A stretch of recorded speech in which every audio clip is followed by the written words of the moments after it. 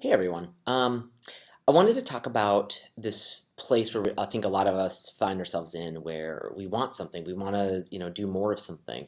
For example, a good example, kind of in my life right now. So I used to write a lot for Fast Company, specifically this division called Fast Company Labs, and out of nowhere, Fast Company Labs just shut down. Now I'm having a hell of a time trying to write for Fast Company again. Uh, I don't really even understand why. So I want to write for more magazines. I think the stuff that I write could get some decent traction. So now, how do I do it? How do I get into more magazines? Right. All right. So let me go back a little bit to something else. Something else kind of interesting happened a couple weeks ago. So I fucked up. I think it was last summer, we noticed the air conditioning in our car wasn't working right. It was like a 90-degree day, and the air conditioning, the fan, like just wasn't turning on. But it wasn't like that all the time. It was just sometimes. So I don't know. It didn't really kill us that summer, and I also, the warranty had expired. That we had bought a used car.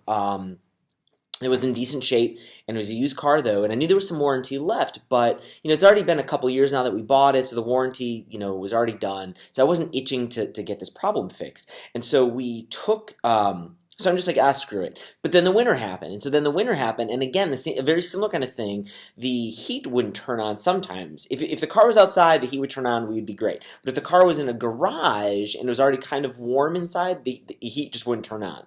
So my wife and I found ourselves in this like comical situation where we'd be driving the car back from work, and it wasn't very cold outside to start with, or inside the car to start with, but then the windows would frost up because the heat wasn't blowing. So then we'd have to actually roll down the windows to try and even the temperature. I don't even know the science of like why exactly this is working. I guess I should probably figure that out. But anyway, it doesn't even matter.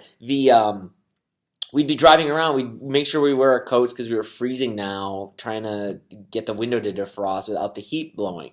Terrible. It's comic. So now the summer's starting again, and I'm worried we're going to have some like 90-degree days inside the car, 100 degrees inside the car, and we won't have an air conditioning. So my wife finally made an appointment to take our car in. She brings the car in, and the guy says, "Oh, your warranty just expired a week ago."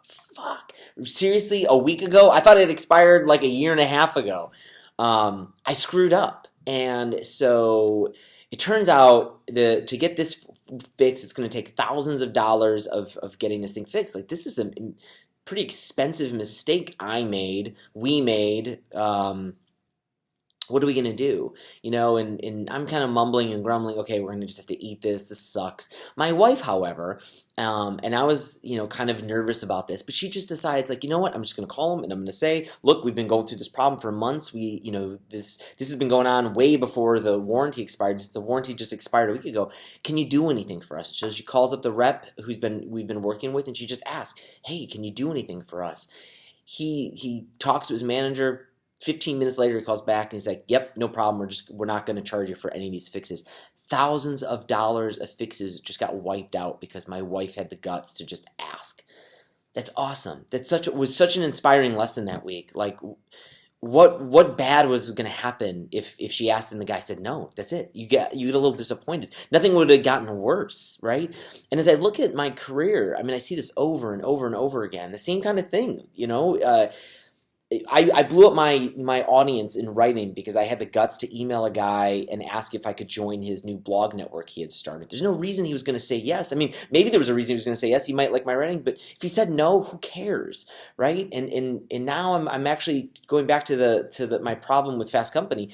I emailed a follower of mine out of the blue who works or used to work for Forbes. Now I've got a writing assignment, a column at Forbes. Another hopefully magazine is about to happen here again because again I just out of the blue. I emailed a follower I have on Twitter, and now I might get another column at another magazine. Hopefully, I can announce that soon.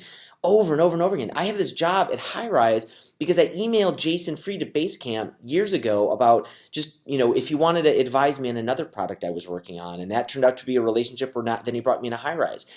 I've emailed a ton of people, right? And most of them have just ignored me and said no or whatever. But it's never done anything, right? And the times it actually has worked out has been this awesome experience.